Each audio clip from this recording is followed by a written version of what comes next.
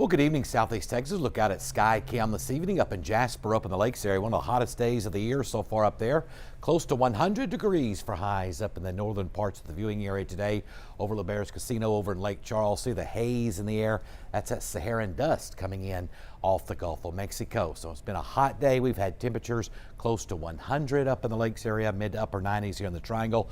A little bit of relief, and we talked about this yesterday in the rain department beginning the latter half of the week. But for the next 3 days, I just don't see much of a coverage. So not much of a chance of rain, unfortunately, through Wednesday. The hot, humid weather will continue, although we'll talk about in just a moment, not quite as hot. Rain coverage does jump to 20% on Thursday and up to 30% for Friday on into next weekend. So that's certainly good news there. At least we'll have a little bit of a chance toward the end of the week ahead. But the main weather story's been the heat. We've had a little more southerly wind, though, off the Gulf of Mexico today. That's helped the temperatures closer to the coast, a little more in the normal range compared to what we've seen the last several days, that's for sure. Still have that front well off to our northeast, mostly clear across the region this evening. And current temperatures, it's 101 College Station.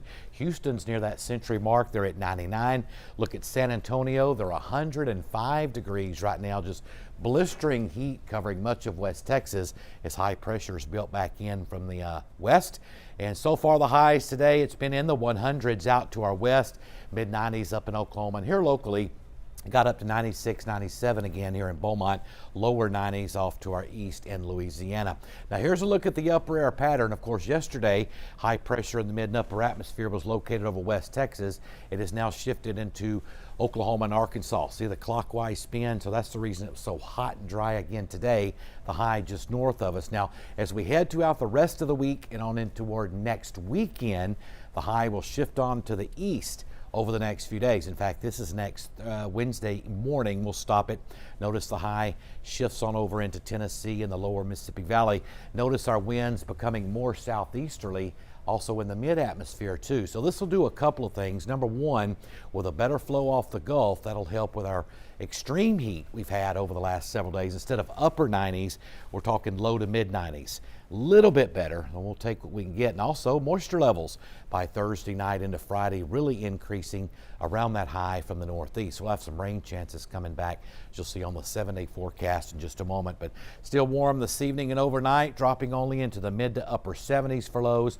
Certainly no rainfall expected, nothing to trigger any rain. We don't have any moisture really to lift in the middle atmosphere to try to produce showers and thunderstorms. Highs tomorrow pretty hot still. We're looking at mid to upper 90s, not quite as hot as today, so we'll take off 1 or 2 degrees coming up this week each day on those high temperatures. So any kind of improvement at all is certainly helpful in the 80s tomorrow night. Now your marine forecast, a little bit breezy tomorrow, no advisories, but we'll have south winds up to about 15 knots, seas 2 to 3 feet.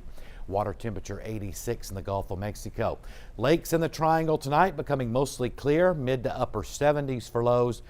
And for your Monday, partly cloudy and hot, humid, but notice not quite as hot tomorrow as today, but still hot enough. But we'll take off a degree or two. Highs will be in the mid 90s in the Triangle, mid to upper 90s in the lakes. And with that wind off the Gulf, that's going to help a little bit.